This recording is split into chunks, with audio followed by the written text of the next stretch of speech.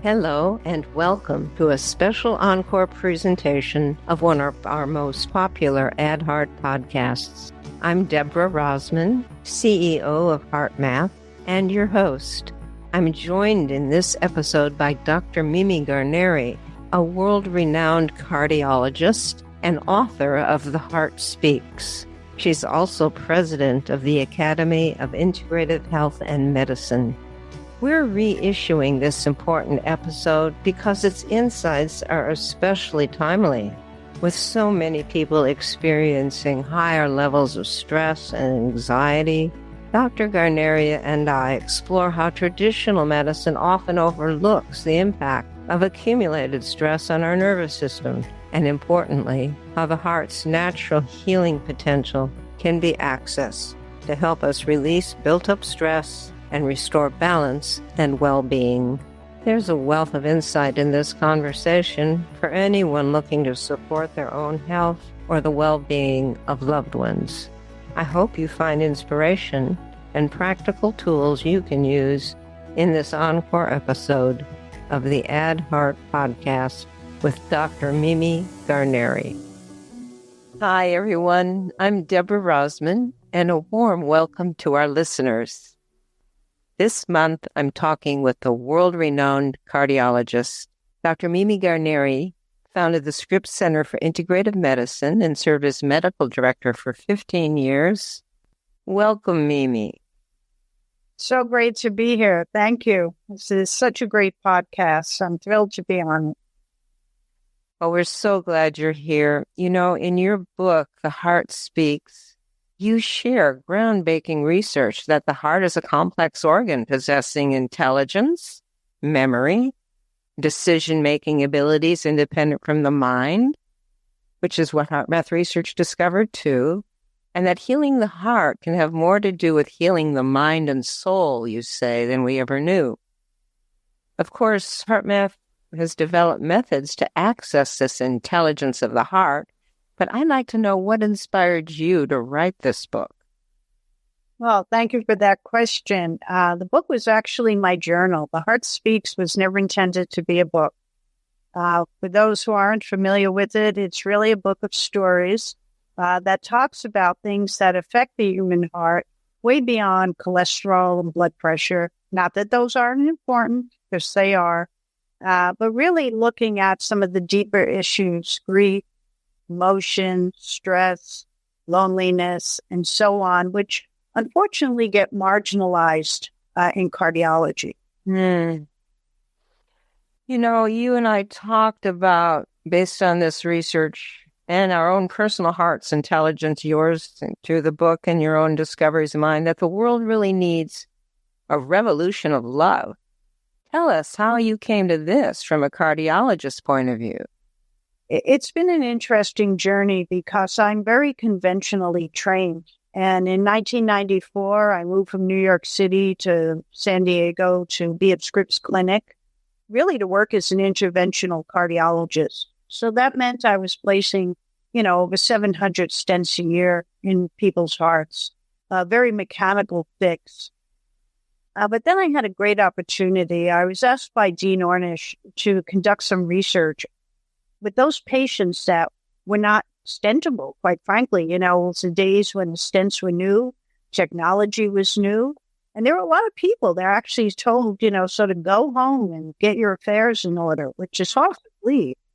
And so we began teaching yoga, meditation, vegetarian diet, group support, exercise to these really sick heart patients. And I was just amazed as a card-carrying conventional cardiologist how people's lives were transformed.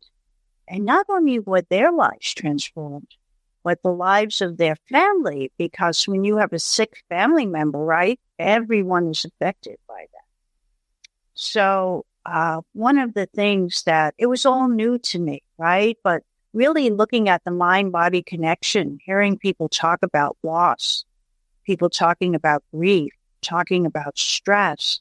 I remember one man saying, my cancer was in remission, and then I was so stressed out that I started getting chest pain and my lymphoma came back. And I started to perk up and say, let me look at the literature around all of this, which is profound, by the way. Why do not more cardiologists care about all this? Or it's obvious that stress affects the cardiovascular system. Do they know that? I think they know it, right? But you have to say, when you have a 10-minute or a 15-minute, if you're lucky, 20-minute appointment, what are the easiest things to do? You say, take this blood pressure pill, take this cholesterol pill, take this diabetes pill, I'll see you in 3 months or whatever. But when you start to talk to people about their lives, both the richness of their lives and challenge of their lives and what's actually going on in their life, you open up what physicians for years have called Pandora's box.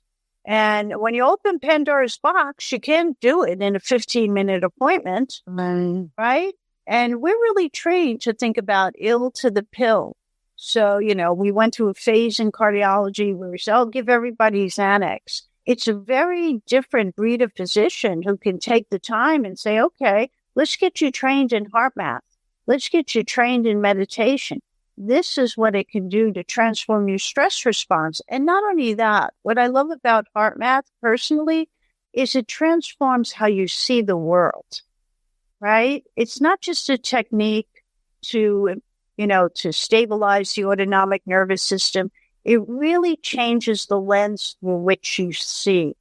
And that, to me, is fundamentally important. Absolutely. I mean, I've given so many talks to doctors as well as, business people who need to understand how the heart rhythm responds to stress and emotions, and that when we let rage and frustration and overwhelm and impatience just lead us throughout the day, which many do, they go one overwhelm to the next, it just increases disorder in the autonomic nervous system, the heart's rhythm. Whereas if we can pause and use a technique like a heart math technique or anything else that helps us neutralize that, come back to inner balance, and then pause and have a moment of emotions like gratitude or appreciation or love, that heart rhythm moves right away into this smooth, coherent waveform, which signals the brain, which creates harmony between the heart and brain. And that rhythm set by the heart is capable of entraining the other organs to oscillate in synchronicity, like the pendulum of Bach.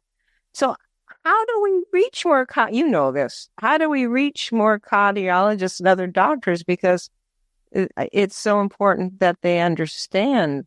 I think, I spent a good 20 years of my life trying to convince my colleagues to think differently. There are some that are ready to come along. They see it. They know it. And then there are some that say, yeah, we know stress is bad for the heart, so we'll give a beta blocker and we'll block the adrenaline, right? I think we as human beings need to take responsibility for our health, right? And let's keep people out of the healthcare system, quite frankly. And I think if we take these techniques and we put them in the hands of our community, then people will start to get well without necessarily the need to get the approval of a physician, quite frankly, to be doing this. It's like you don't need a physician to give you permission to eat organic blueberries or to go take a meditation class. But we need to empower people, right, to look at their lives differently, to take that pause and say, hey, what's working for me? What's not working for me? And how can I change something? It's easy to say, okay, I'm not exercising. I'm going to walk every day. Okay, great. Or I'm not eating right. I'm going to start to make changes in my diet. Really important. But I can tell you, if you can get your nervous system under control, everything else falls into place. That to me is really the first step. So I've heard that from psychiatrists, from a lot of the healthcare professionals who come to heart math say the key right now when people have tried everything else is to understand they have a dysregulated nervous system from the accumulation of stress. And it's not just cortisol, and they take an anti-cortisol pill. I heard that too, that they really need to reboot their nervous system. How do you teach that? How do you apply that in your practice? Well, because I'm a cardiologist, people know my background, and those that come to see me, if I tell them, I really want you to get a heart map, download the app, get the device, start to practice, they hear that because it's coming from a cardiologist, right? People are very smart, and most people know that stress is making them sick. Yeah. Most people know that their anger is not good for their health.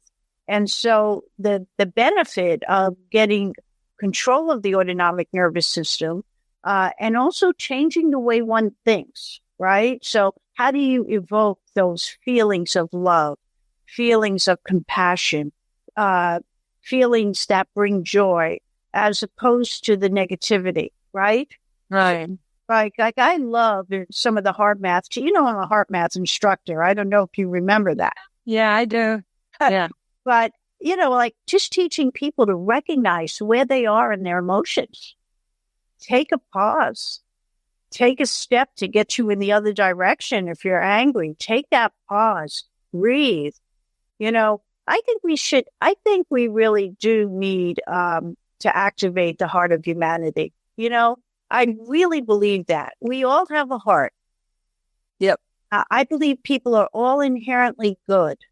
Yeah. I believe we live in a culture that's extremely stressful right now. Yeah. Right? And I really think that if we all do our bit to practice, to be kinder, to be more gentle, to be more accepting, it's going to be a better world. And what I love about HeartMath is HeartMath has the research to support everything I'm saying. So there's no cardiologist out there who could say, oh, that cardiologist is crazy, right? We know stress kills people. We know stress raises blood pressure, causes congestive heart failure, causes arrhythmia, causes diabetes, causes osteoporosis, causes cognitive decline. We know all of this.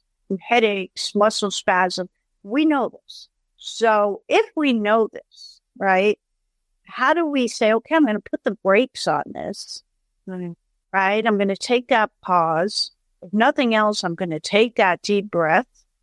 And then I'm going to look at my life and say, what can I do?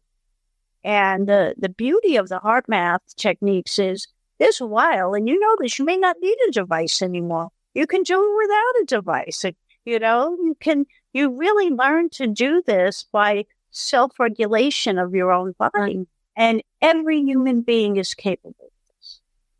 Yeah, I agree. That's one reason we developed the new HeartMath app where they could see their heart rhythm with the camera, using the camera on their smartphone as a sensor. And that's just opened the eyes of so many people who weren't ready to spend money on a device. But everybody's got a smartphone. And just about throughout the planet, there's billions of them. And I think that's how we will help activate the heart of humanity, when people really see that as they change the frustration through a simple technique, takes less than a minute of heart-focused breathing and finding something in their life to feel grateful for and seeing what that does to their heart rhythm. That's the wow moment. Like, I did that. I really can control that. It's possible. It's not just foo-foo or imagination. That's what my heart's passion is, to help people have that discovery so that they're then motivated to do that more. Exactly. And you and I both know from HeartMath research that if I'm doing it and you're doing it and we're in the room with someone who maybe doesn't even know what this is, all of a sudden they're going to feel a different way as well, because we're going to bring that coherence to them. And that it's fascinating. So I think we should think about doing a 10 million strong. Let's just throw out a number of people committed to practicing, right?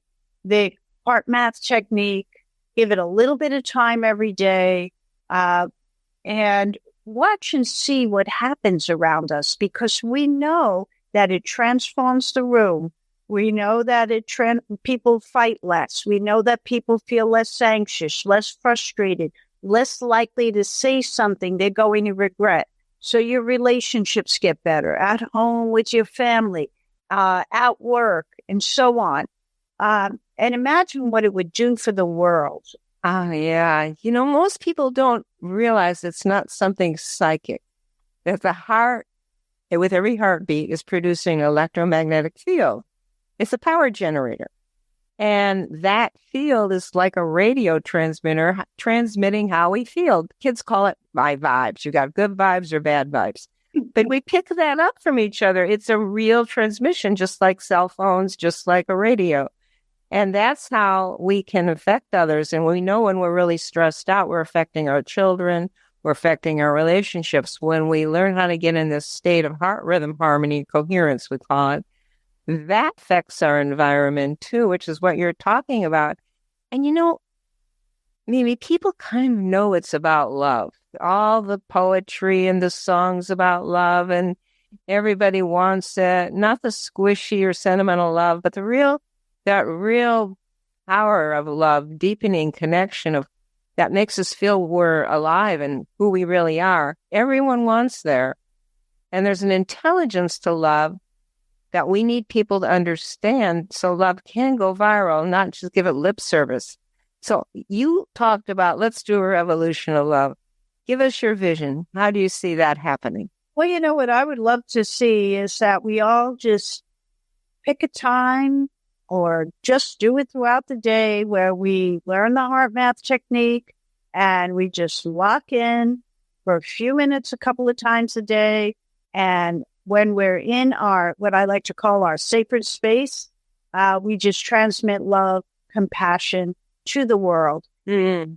We're talking right now about a planet which is deeply suffering, right? We have everything from wildfires to floods to tornadoes. I mean, the list goes on, and more people being displaced to the point where I think we're going to have climate refugees. I really believe that. It's already happening. And now the talk at the Vatican, with Pope Francis, with Dr. Ramanathan, who's one of the leading scientists on climate change, with some of the work happening at UCSD, everyone is talking about resiliency. How to improve human resiliency so that we as a species, quite frankly, can survive. And we're not going to have resiliency if we're fragmented, if we're frustrated, if we're anxious, if we're in pain. We have to improve the resiliency of our communities. And this heart math is a beautiful technique for taking us. It increases our emotional intelligence, right? When crisis hits, you can say, I'm going to go and steal the TV from Walmart, or I'm going to go and, see how I can help my neighbors, right? What's the response? How do we want to be?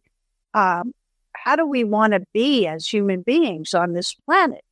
And I really believe that if we can get enough people, we can transform the consciousness level, raise the consciousness level to one of love, to one of compassion, to one of tolerance, all the things that are so desperately needed right now. I couldn't agree with you more. So many people, like National Geographic just brought a whole article, special thing on stress in this issue.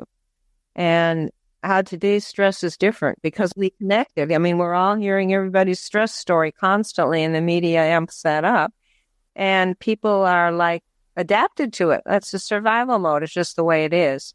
And when that happens, then your own sense of conscience and inner dignity starts to get numb.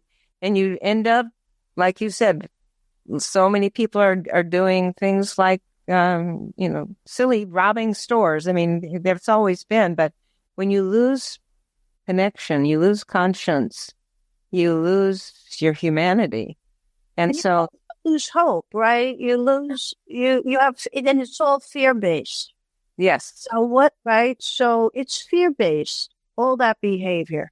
So if you can transform fear into love, then we're going to change everything. And because the reality is we have enough on our planet for everyone. He can take care of everyone. But we have to make that choice to do it. Now, each and every one of us has an opportunity to be something different, to do something different. And again, I think we just need a path to get us there. Right. And the beauty of heart math is it gives us a path. It might not be everybody's path. I wish it was, great. But as long as you have a path to inner peace, and in that inner peace, you find yourself I'll say better human, right? Someone who feels good about who they are, what they do. And we all have our moments, but let's hope they're good moments. That's right. We've discovered, if even a small percentage of us, like you were saying, commit to putting love into action in our own lives, which is a practice of going back to the heart when we get triggered.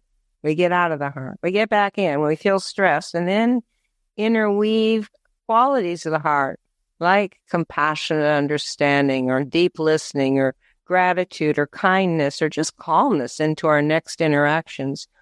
We start to change our baseline heart rhythm.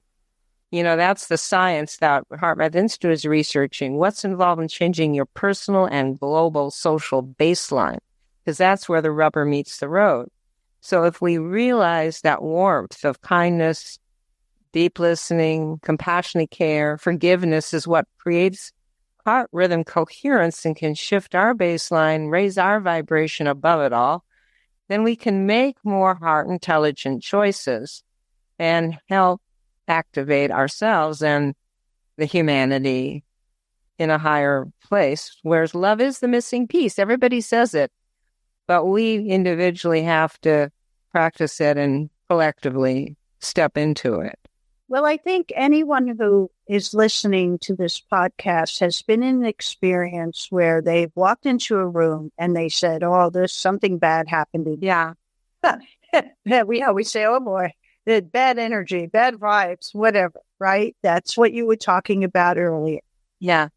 We also have all been in the experience of saying something we regret, right? We get upset, somebody pushes our button, we say it, it's out of our mouths, and we think, "Oh my God, I can't believe I said that."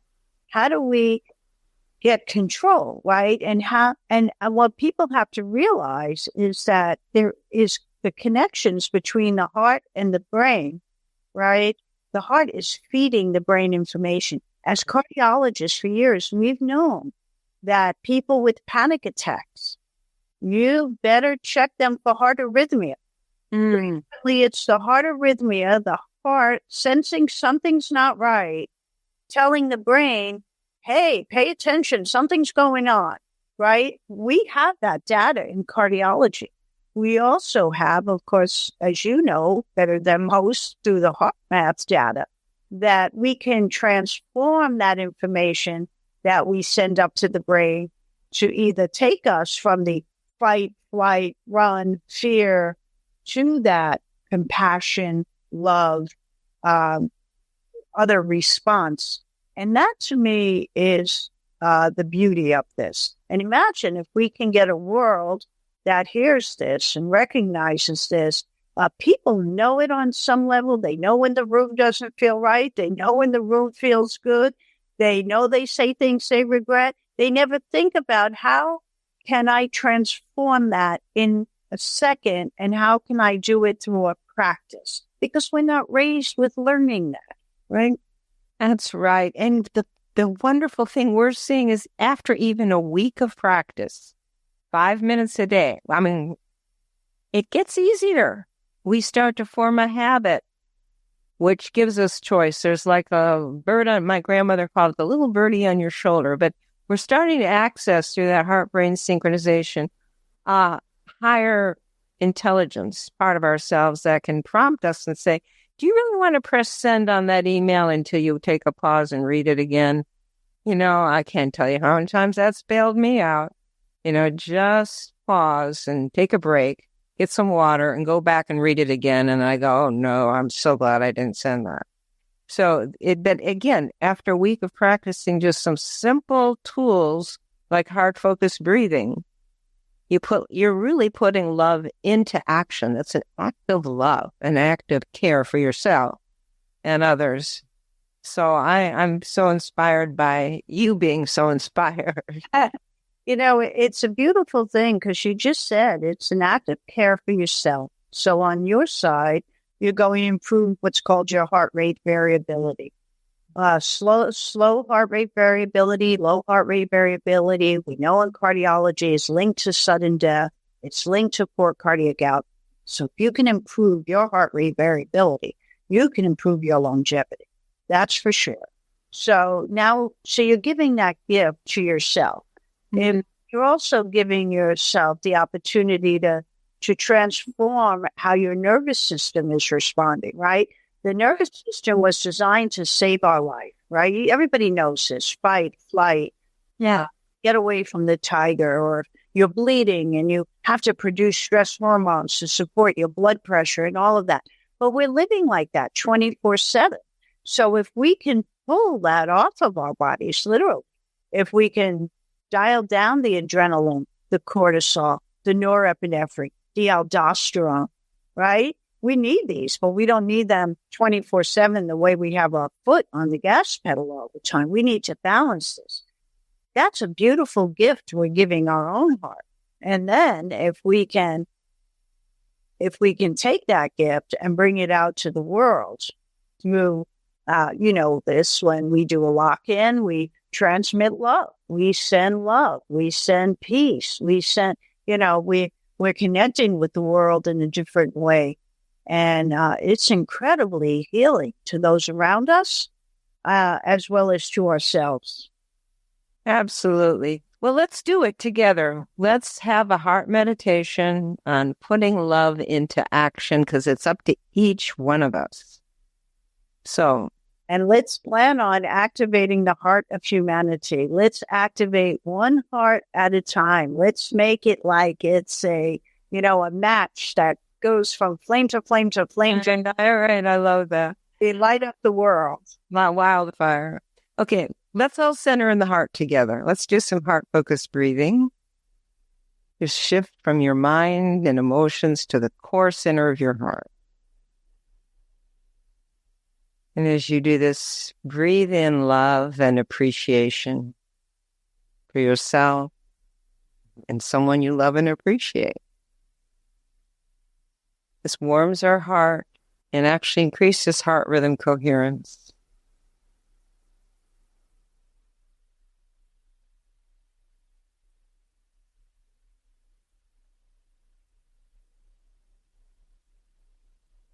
Just breathe easily and imagine with each breath that your mind, emotions, and body are becoming still inside.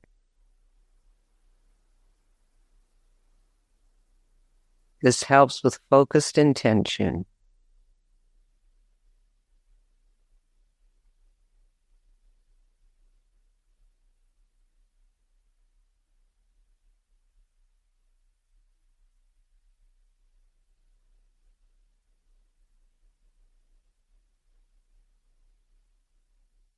Next, let's visualize more of humanity connecting with their heart's kindness, love, compassion, and respect in their interactions to help reduce separation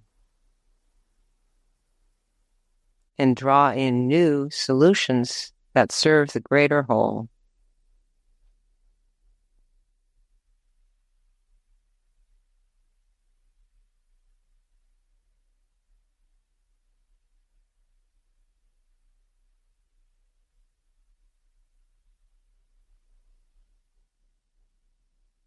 Know that as the collective heart awakens, this can eventually transform all this civil unrest from separation that's going on and clear the way for people to get along with each other. A first step toward creating a better and more harmonious world.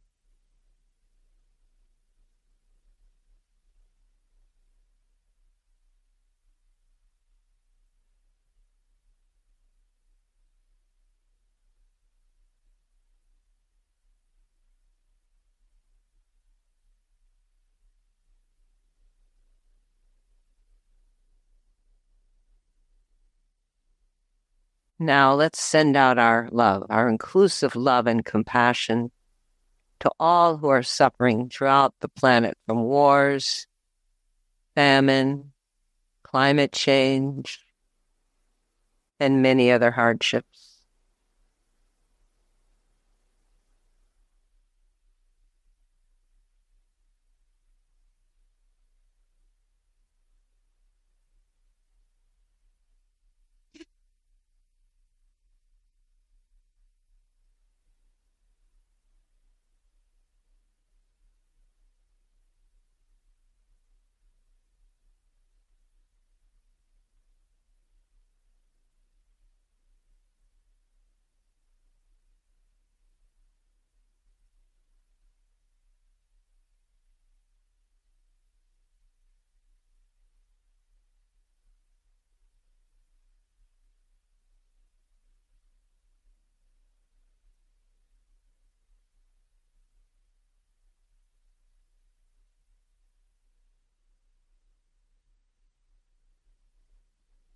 Let's close by radiating and co-creating a reservoir of compassionate heart energy that each of us can tap into as needed over the next month when we feel stressed or want more clarity or support from our heart's intelligence.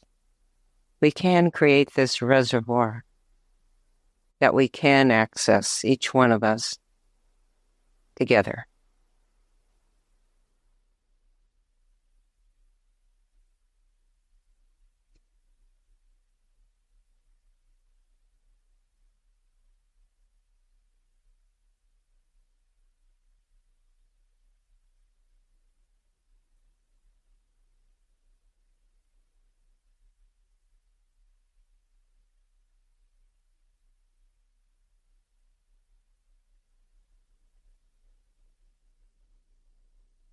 Thank you so much for sharing that heart meditation with me. Mimi, is there anything else you'd like to share with our listeners? Well, I just am so glad that everyone listening, I hope, is participating in that last meditation, lock-in. There's no way you can't feel better after doing that. Mm-hmm. Really love and appreciate your heart and all the beautiful hearts around you.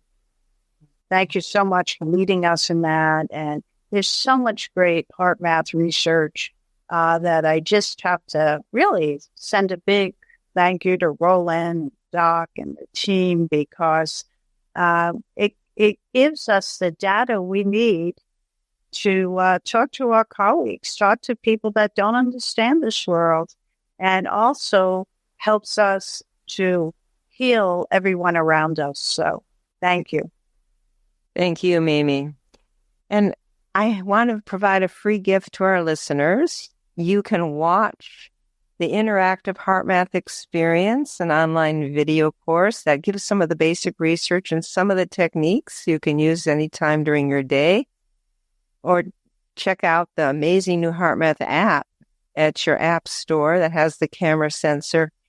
And you can download the Heart Math Experience for free from the heartmath.com, or you can go get the Heart Math app at your app store and get it from there. And I also want to remind you that the third Tuesday of every month, we publish a new Ad Heart podcast episode. So be sure to subscribe so you don't miss our next guest and topic. Take care, everyone. Lots of love. Thank you for listening to the Ad Heart Podcast. Be sure to subscribe so you can catch the latest episodes. If you're wanting even more heart-inspired content, find us on Facebook, Instagram, YouTube, and LinkedIn. Look for Heart Math and also the Heart Math Institute. Both organizations are committed to helping activate the heart of humanity.